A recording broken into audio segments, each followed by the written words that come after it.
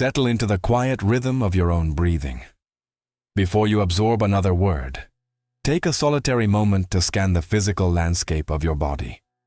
Notice the quiet, persistent tension resting just behind your eyes.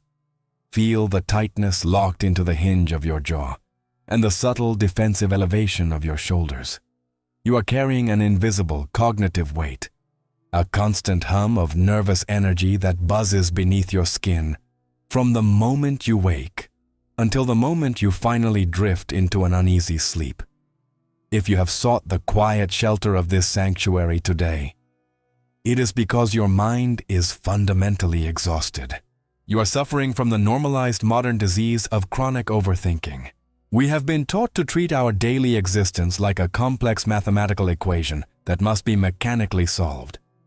We believe that if we just analyze every possible angle, if we plan for every potential disaster, and if we dissect every past mistake with surgical precision, we will finally gain control over our reality. But this constant analysis does not bring control. It only brings a deep, soul-draining fatigue. Your mind has become an overheated engine running on fumes, spinning endlessly in the void, generating nothing but smoke and friction. You try to force your life into a rigid, predictable script, and when the unpredictable nature of reality inevitably deviates from your plan, you panic. You tighten your grip. You spend your days swimming hard against the natural current of time, fighting the water, and secretly wondering why you are always so deeply tired. There is a serene, quiet alternative to this exhausting struggle. To truly transform your reality, you do not need to think harder, plan better, or analyze deeper. You must learn the ancient, forgotten art of unthinking. You must learn to drop the calculator, lower the shield, and step gracefully into the fluid, unwritten nature of the present. Hidden within the contemplative depths of Japanese Zen philosophy are three profound habits, three quiet techniques of the mind that teach us how to stop fighting the current and finally master the art of flowing. To enter the first gentle stream of this transformation, we must travel back through the centuries to the misty bamboo forests and the quiet temples of feudal Japan. Here, we encounter the legendary samurai and the master artisans, these men and women engaged in tasks of absolute life and death, or tasks requiring unimaginable physical perfection. Yet, their secret to flawless execution was never intense, panicked overthinking. It was the exact opposite. They cultivated a profound psychological state known as Mushin. Translated literally, Mushin means no mind, or the mind without mind. It is a state of pure, continuous, effortless flow, completely free from the heavy interference of the analytical ego. To understand the life-saving power of Mushin, we turn to the teachings of the great 17th century Zen master Takuan Soho. He wrote a brilliant treatise to a master swordsman, explaining the danger of the stopping mind. Takuan taught that if a swordsman faces an opponent and allows his mind to stop and think about the enemy's blade, his mind is captured by the blade. If he thinks about his own technique, his mind is captured by his own technique. If he thinks about the fear of losing or the glory of winning, his mind is entirely captured by the future. The exact fraction of a second his mind stops to analyze the situation, his physical body freezes. The natural flow of his intuition is broken, and in that tiny moment of hesitation, he is defeated. The analytical mind is too slow, too clumsy, and too clouded by fear to navigate the raw, moving reality of the present moment. To survive and to achieve true mastery, the swordsman must achieve Mushin. He must let his mind flow like water, never stopping, never resting on any single thought, fear, or calculation. When the mind is completely empty of analytical chatter, the body moves with a flawless, striking intelligence. The sword strikes not because the ego calculated the angle, but because the water naturally found the opening. The action becomes pure, spontaneous, and perfect. You are not fighting a duel with steel swords, but you are fighting a daily, exhausting battle with your own life and the exact same ancient physics applied to you. When you walk into a difficult conversation with your partner, and your mind is anxiously rehearsing what you will say, analyzing what they might say, and fearing the outcome, your mind has stopped. It is captured by the future. You become rigid, defensive, and clumsy. You do not actually hear the human being sitting across from you. You only hear the loud, anxious voice inside your own head. When you sit down to perform a creative task or solve a problem at work, and you are paralyzed by the fear of failure or the desperate need to be perfect, your engine stalls. The friction burns you out before you even begin. To transform your reality, you must actively practice the quiet art of Mushin. You must grant yourself the profound permission to drop the script. The next time you face a complex situation, a difficult task, or an uncertain outcome, I want you to notice the familiar, creeping heat of overthinking. Catch your ego trying to pick up the heavy calculator. Take a slow, deliberate breath and visualize a calm, clear river sweeping all those frantic calculations away. Step into the arena completely empty. Trust that the deep, intuitive intelligence within you already knows exactly what to do. When you stop endlessly trying to mentally engineer every word and every action, you will find yourself speaking with a calm, unexpected clarity. You will find yourself moving through your daily tasks with a smooth, effortless grace.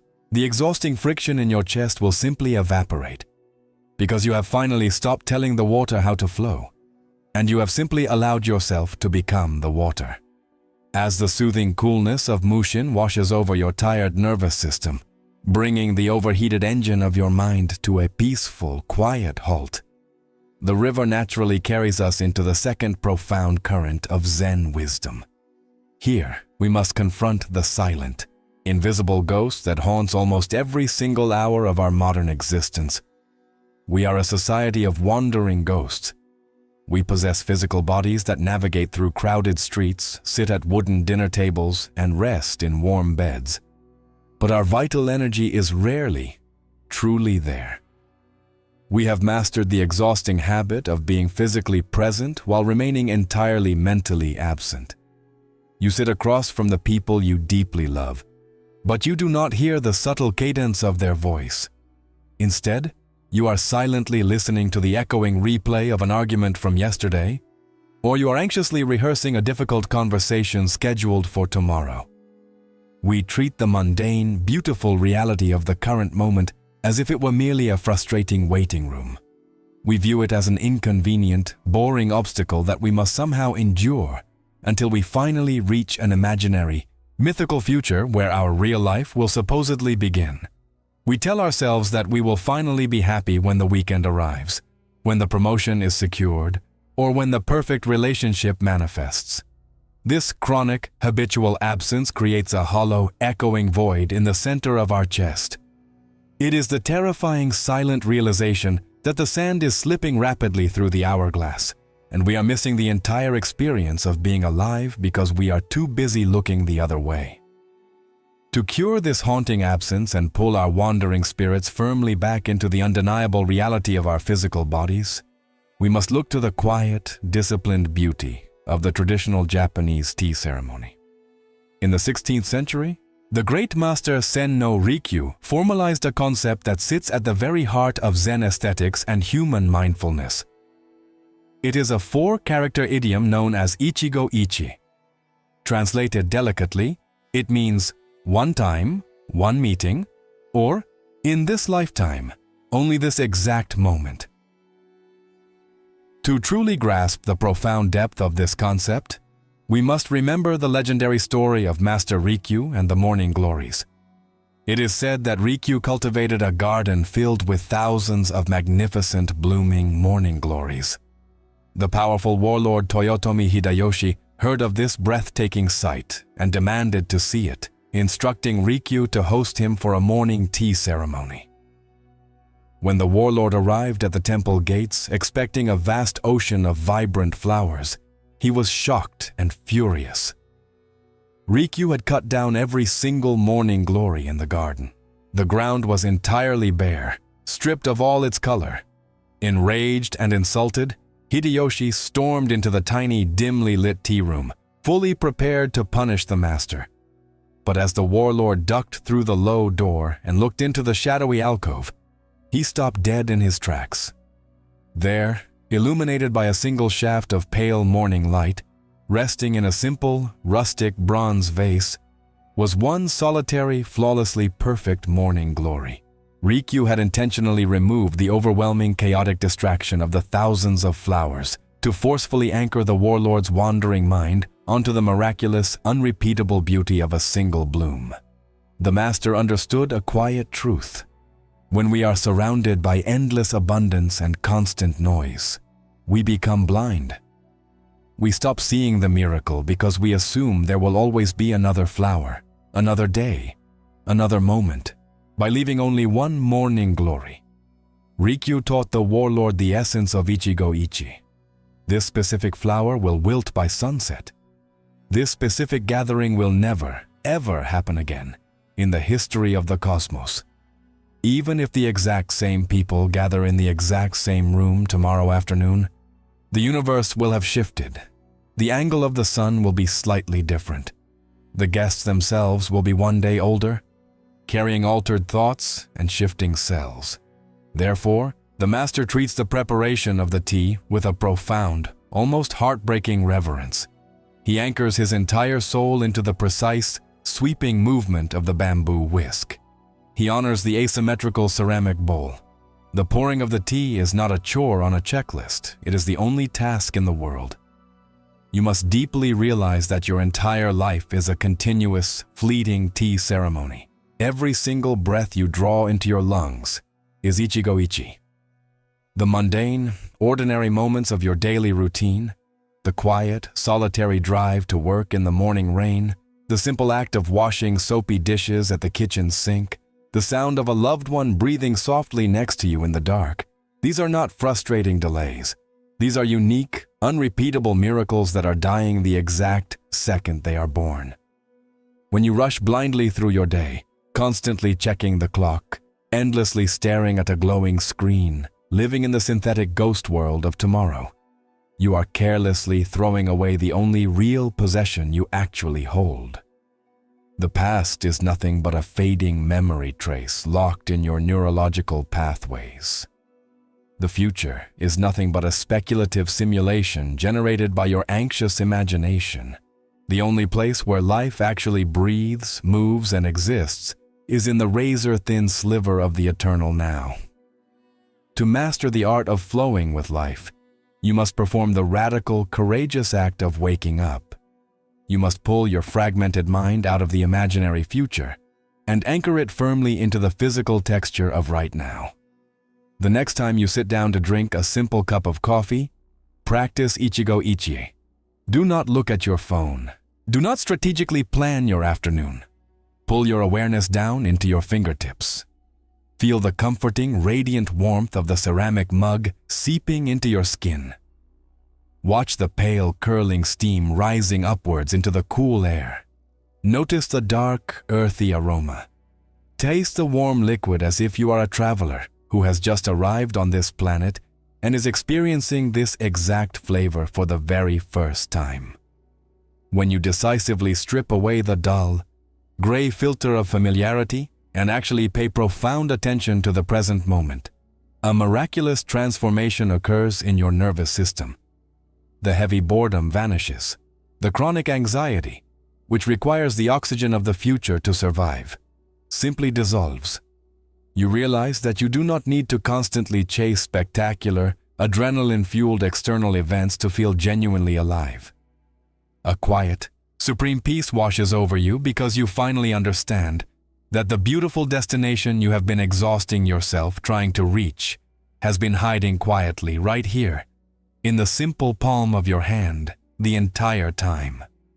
As you learn to anchor yourself beautifully into the unrepeatable present, you begin to observe the environment around you with a new, striking clarity. You stop rushing, and you start seeing But as you look around at the other travelers sharing this reality with you, the ego inevitably sets a silent trap. It looks at the people walking beside you and immediately begins to measure, calculate, and judge. The river naturally carries us toward the third and perhaps most vital stream of Zen wisdom, where we must confront the silent thief that relentlessly steals all our joy. We are born into a society that runs entirely on the exhausting fuel of endless comparison. From the time we are young children sitting in neat rows at school desks, we are taught to measure our inherent worth by looking sideways. We are handed a synthetic, arbitrary timeline for human success. We are told there is a specific age by which we must secure a prestigious career, a certain year by which we must find a perfect romantic partner, and a precise financial milestone we must cross to be considered valuable and worthy of respect. And so, we spend our days staring at the polished, highly curated, deeply filtered lives of others. The modern digital world weaponizes our biological instinct for tribal belonging, feeding us endless images of people who seem to be moving much faster, achieving far more, and living brighter, happier lives than we are. Every single time we look sideways and compare our raw, messy, behind-the-scenes reality to someone else's highlight reel, a cold spike of inadequacy pierces our chest. We feel a heavy panic that we are fundamentally falling behind.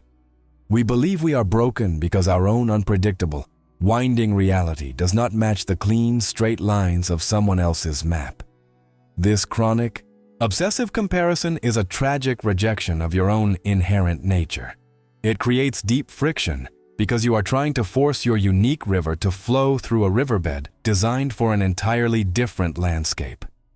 To dissolve this painful illusion and reclaim your vital energy, we must embrace the profound, grounding relief found in the traditional Japanese botanical philosophy of Oubaitori.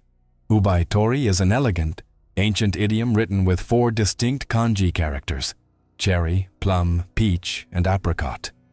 In the mountainous landscape of Japan, these 4 beautiful trees often grow side by side in the very same soil, resting under the same sky, and bathed in the same spring rain. Yet they do not bloom at the same time, and they do not share the same shape. The plum tree blossoms in the bitter, lingering cold of late winter, offering the first brave splash of color to a snowy, barren world. The peach tree waits patiently for the gentle warming of early spring. The cherry tree bursts into its iconic pink bloom later in the season, scattering its delicate petals in the wind. And the apricot takes its own deliberate, unhurried time to reveal its subtle beauty. The profound wisdom of Oubaitori lies in the quiet observation of the forest. The plum tree does not look at the cherry tree and panic because it is blooming too early. The cherry tree does not look at the plum and feel a sense of crushing inadequacy because it is blooming too late. They do not fiercely compete for the sunlight. They do not argue with the changing seasons.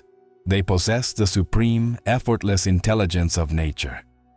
Each tree harbors its own unique internal clock, its own specific biological destiny encoded deep within its seeds, and it simply allows itself to grow at its own natural, perfect pace. A cherry tree will never succeed at being a plum tree, and the very effort to try would destroy its inherent beauty. You must deeply, fundamentally absorb the quiet grace of Oubaitori into your own tired heart. You are not falling behind because there is no universal race. You are operating on a profoundly unique, unrepeatable seasonal timeline. The person you are constantly, painfully comparing yourself to has different soil, different roots, a different ancestral history, and a completely different internal climate. Their early spring does not mean your winter is a failure. Winter is not a punishment. It is the quiet, necessary season where roots dig deep into the dark earth, silently gathering the strength required for the magnificent bloom that is yet to come. When you feel that familiar creeping anxiety whispering that you should have achieved more by now, that you are too old to start over, or that your progress is too painfully slow. Recognize it as the toxic, artificial voice of the comparing ego. Drop the cruel measuring stick. Grant yourself the immense, liberating permission to unfold exactly as you are. Your quiet, gradual growth is not a delay. It is the necessary, invisible work of becoming yourself. When you finally stop looking sideways, when you permanently surrender the exhausting need to mimic the timeline of the people around you, an unshakable peace settles deeply into your bones. You stop fighting the specific rhythm of your own life, and you begin to bloom in your own magnificent, unhurried time. As we gracefully reach the quiet estuary, where the river of our time together beautifully meets the vast, silent ocean, we must bring all of this flowing wisdom directly into the physical reality of your tired body, right now. We have clearly seen the tragic friction of the overheated, overthinking engine, and we have learned to quiet the mind through the spontaneous, intelligent grace of Mushin. We have confronted the hollow, echoing ghost of tomorrow, and we have pulled our vital energy back into the breathtaking, unrepeatable miracle of the present moment. With the reverence of Ichigo Ichie, we have shattered the exhausting mirror of comparison, granting ourselves the profound freedom to bloom at our own natural pace through the gentle wisdom of Oubaitori. But to truly master the art of flowing, to move through the world without the heavy friction of resistance, you must make a conscious, physical choice. I want you to imagine that you are standing on the edge of a deep, calm, ancient river. You have spent your entire life wearing a dense, rigid coat, woven entirely from your own anxious thoughts, your desperate comparisons, and your relentless need to control the future. The coat is soaked with the water of your past regrets, and its weight is dragging your tired shoulders down, making it impossible to breathe. Right now, in the quiet safety of this specific moment, I am asking you to do the most liberating thing a human mind can do.